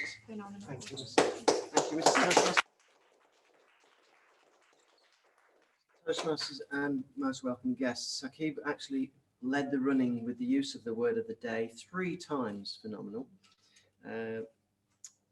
Matthew didn't get it in. Yes, he did. Sorry, he did once. Gina got it in once, and Michelle got it in once as well. Now, use of good language. There was some lovely language in these from everybody. very well balanced. There were also, unfortunately, some gaffes. And I noticed, I thought, well, I won't show names, but what was happening was there was nerves creeping in. And when nerves creep in, we start to go, and when we see the red light, you start galloping over. And strangely enough, instead of finishing the speech, you pile more words in, like, and another thing, and another thing, and another thing. And it's almost counterproductive. So that's just something to watch. It's always best to slow down. Message of change, inspirational language, well balanced. One example of that. There were some gaffes. Matthew, that's pretty much it. Without further ado, which you said twice. Just what there's other ways to express yourself. We don't need to fill in, and try not to use the word victim. You're going to frighten guests away. You could say, thank you for stepping up to the challenge. You know, it's just a nicer way of conveying that. And then I think the real winner today, grammarian, was this gentleman here, Nishant. He wasn't concentrating on the speech, and he came up and he was literally shooting in the dark. And it was like, I was really feeling for you, but you didn't trip up. You entertained us, and you made observations about Adam's hair, and you know, I'm used to your flow of speech. So well done, hats off, because you could have come up here and gone, quivering wreck. So that was phenomenal. Serini, was those words, those lovely luscious words in there. They embraced the gratitude, the compassion, the humility, and that was again repeated by Kevin in the evaluation. So another little thing was Adam's use of the little quips when he did the introduction. The references back to, somebody mentioned that their guilty pleasure in the music was ABBA, and he said, well, the winner takes it all, and then somebody did reggae, and there was a red wine. That quick fire of wit, that's a really good little device to use. So very good use of language. Thank you very much. It was a joy to listen to all the speeches and all the evaluations and all the language therein. So thank you very much indeed. Well done, everybody.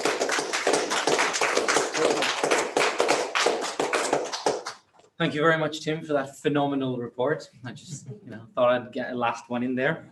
Okay, our next report, because I think we didn't have an counter today. Was there a separate? Yes. So our next report, and again, the guests will probably notice this, at Toastmasters, we evaluate quite a lot. We're always about improvement, about feedback. So our general evaluator evaluates the whole meeting as well as evaluating the evaluators. So our general evaluator this evening is James Herford. James Herford.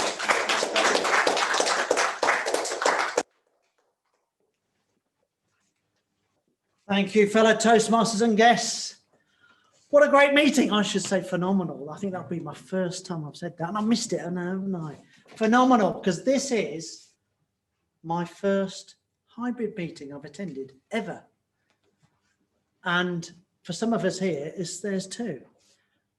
And I want to actually ask some of our guests online what they thought of the meeting. I want to get some feedback, because I want to take this concept to other clubs over this division, in Division E, and other divisions where my club is actually in Division H, and they haven't got any hybrid meetings or physical meetings. Shock horror. And I want to get them going, get moving, because I think this is brilliant. Did you all like it? Did you all like it? This is your second meeting. How did you think it went? Better than the first? Yeah. Yeah? Smoother? Okay, some of you online, Adam, have you attended a hybrid meeting before at Godiva? Is this your first time or second? This is my second. So I came to our last meeting and I joined it where you are in the club. So this time I want you to experience it from this side of the table. Great. Or this side of the screen, should I say. Interesting to see just how different it is with the use of the camera, how that's panning around between the speaker and the rest of the people in the room, like when we went around the table for the table topics. It's interesting to see how brilliant the audio is picking up the ambience and the atmosphere in the room. Really, really good meeting. I was lucky picking on Adam because I didn't know he had attended here, and that's the kind of feedback we want. Kevin, what are your thoughts? You're muted, Kevin. Mr. Division Director, General Evaluator.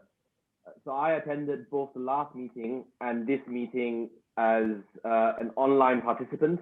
And the last meeting, there was a trial of a second camera that was under control of the Zoom master. And I did feel that that was missing today, because the second camera prevented the requirement for somebody to stand up during the meeting, to come along and move the camera. There was still quite a lot of movement of the microphone in order to provide speakers on the stage and then provide for speakers on the floor. But I felt that the second view would have reduced the amount of movement in the meeting room, which is visible to the main audience and actually not visible. I could just feel that there was movement in the room, Division Director. That's great getting this feedback.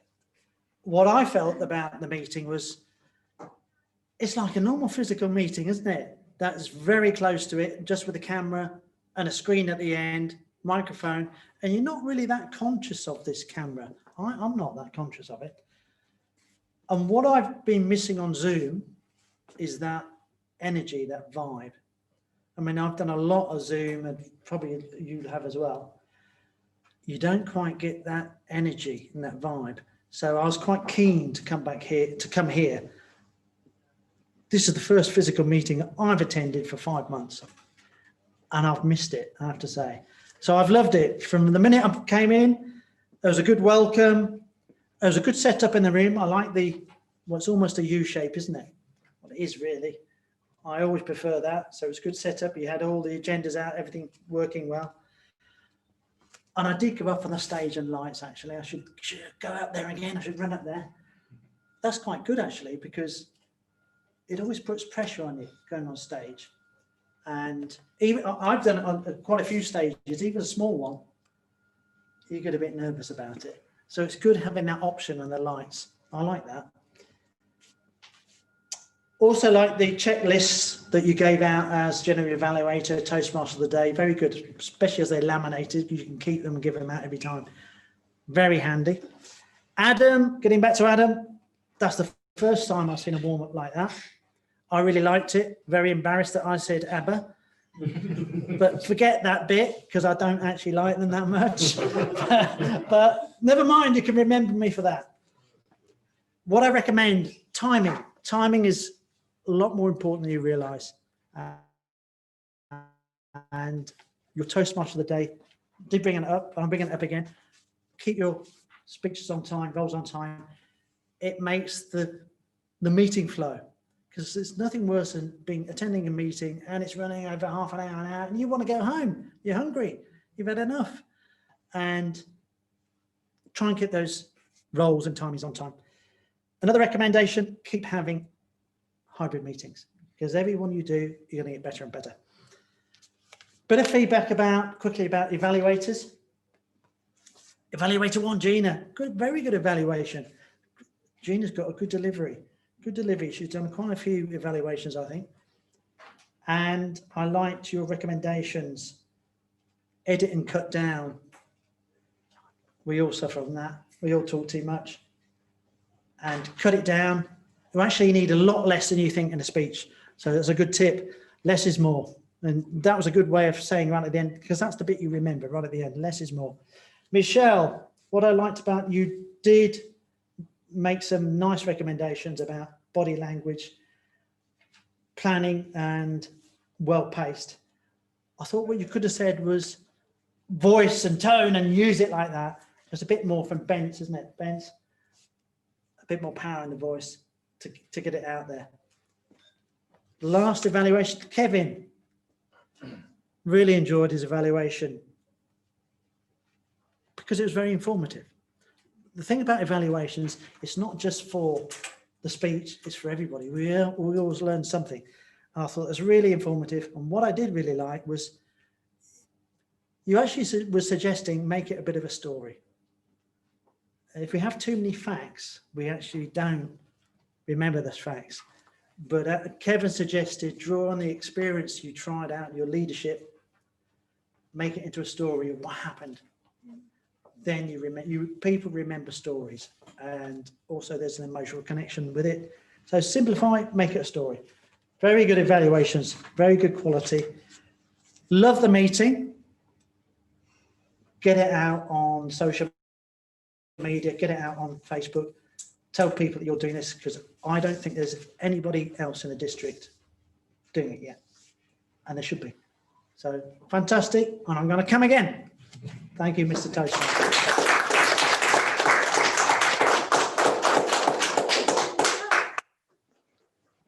Thank you very much for that, James. And the district, by the way, is UK and Ireland. So everything north of the M40 and all the way through to Ireland. So it's really unique and really well done to the committee for that. I had just last couple of points because as James said, timing is very important, and we have 3 minutes till the scheduled end date, and we want to get everyone home. The first one is that we will have club contest next meeting. And then following that, the winner from that will go on to the area contest, which will be on the 10th of October. That will be purely online. Unfortunately, we cannot do that as a hybrid. And then following that, the winner from that will go to the division contest, and then the winners from that will compete in Solihull at the division level conference happening in May. So lots of, sorry, not division level, the district level, which is everyone is coming to Solihull. So this year it's really special for us. We don't have to fly out to Ireland like we usually have to. We do it right here in Solihull in our own area. So that's it from me. I will now pass over to our president, Gul Begum, to do the awards announcements.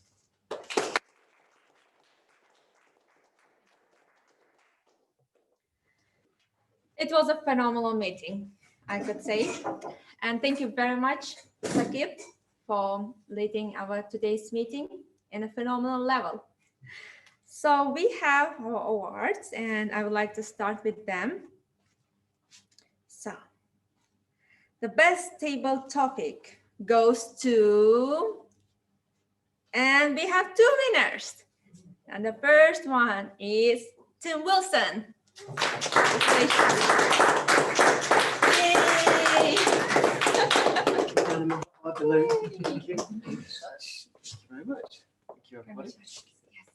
And Tim, if you could, that's your, in a way, first attending meeting. You're not member, our member. No, I'm not. No, Yes. they're working on me. Yeah. Then what's your expectation? It's finding the time at the moment. It's finding the time and the commitment. I've got other things, other commitments I've got to sort of release. I would like to do more Toastmastering. Yeah, I do enjoy it. I would love to have you here with us. Thank you very Always much. feel for very time. welcome. Thank you. Thank you. And the second best table topics award goes to Nurula Tika. Congratulations. Thank you. And your so congratulations. Thank you for coming and joining us. Thank you. How was your feelings about today's meeting? I know that you are yourself Sorry? That you are already Toastmaster member, yes, in Malaysia? Yeah. I'm from Malaysian Institute of Accountants, Toastmasters Club. I really love your meeting. I've been attending quite a few meetings that is hybrid in Malaysia. And yours is the best because you do not neglect those who are in the Zoom meeting. Because sometimes they tend to neglect people online, although there's a very few number of people online. They tend to focus on the they tend to focus on the physical people. So we don't feel neglected here. We are invited. We are as if I were there with you guys. So it's kind of fun. Thank you for inviting. Thank you. Thank you, Atika, very much for joining us today. And if we could reach this level that you didn't fall out of this meeting, you were with us, then we succeed, I think. Thank you. And the best evaluator goes to, I would say today, the evaluations were the best. All of them. And I can say that for Toastmasters, like it was in a way difficult, right, to pick off people because we have great ones, but still we have a winner. And it goes to Janet Allison.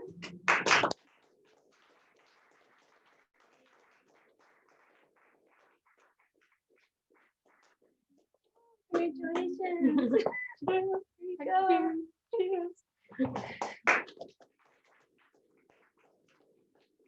We have only one speech that was qualified, and I think that's very fair enough.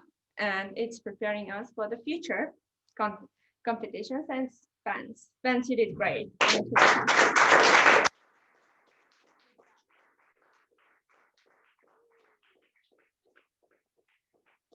So we have today with us in 7 guests, and we have our Division E director and Division Assistant Director. So we have 9 people. That's amazing. And some of them even survived their first speech in table topics. And one of them is Alex. So here's your.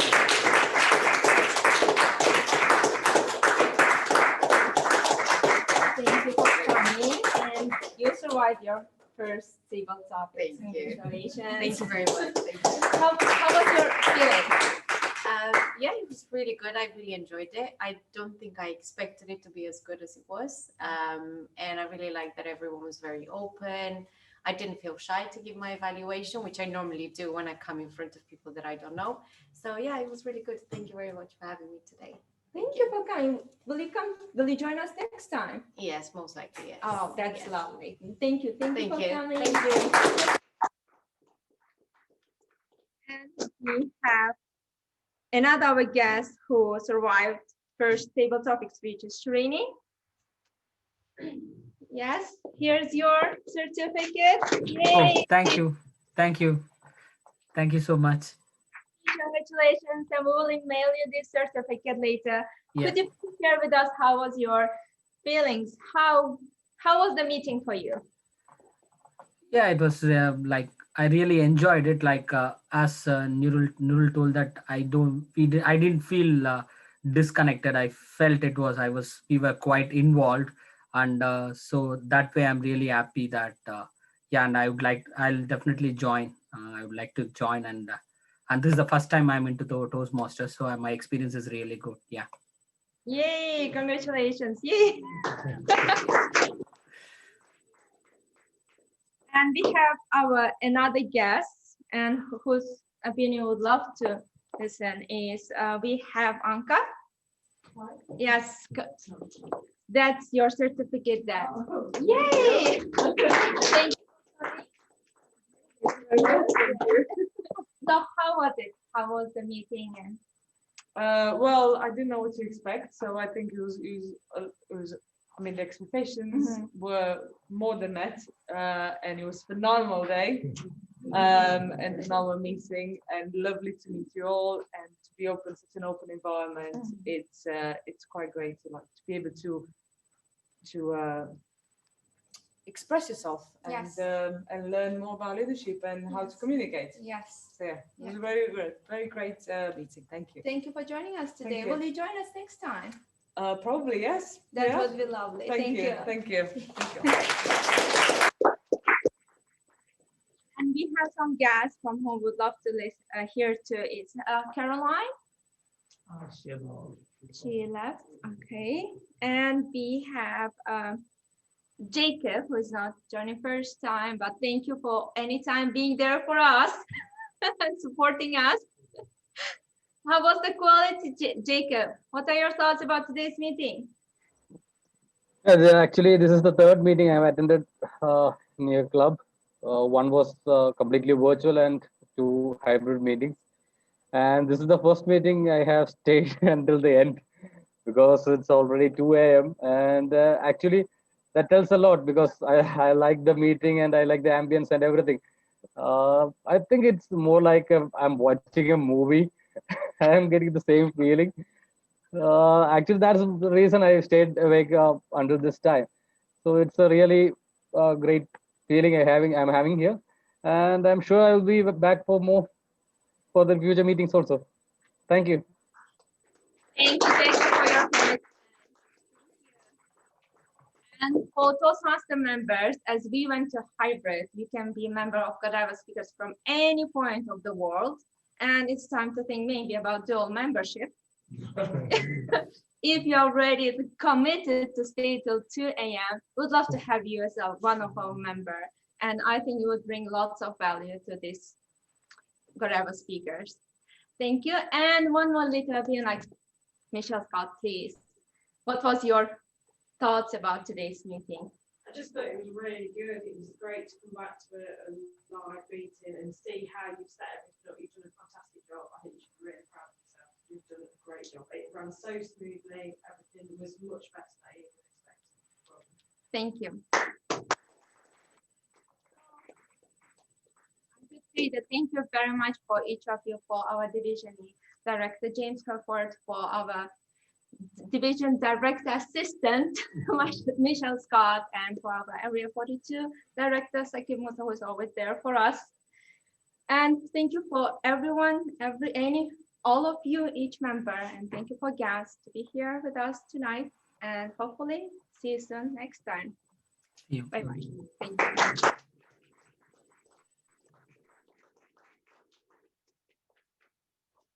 And before leaving, if we could please all stay on the stage so that we could take a photo. Yes, this is the safety regulations. And I would like to take a photo. Could you take a photo? Our online attendees, we are taking your photo too, please. Smile.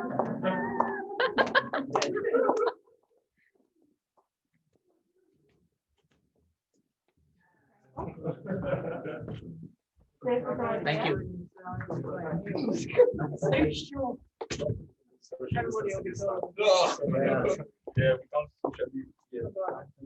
Forward and backward. Yeah, it should be like, you oval shape. Yeah, the social distancing.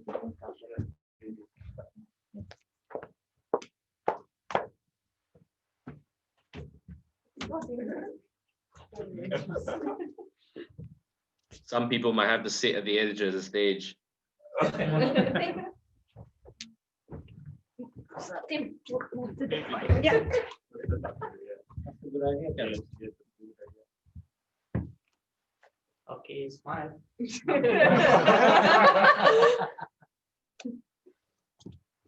thank you. Yeah.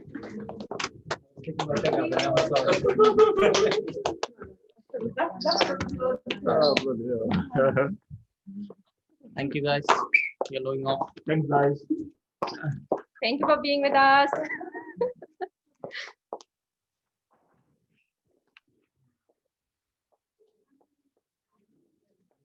Thank you.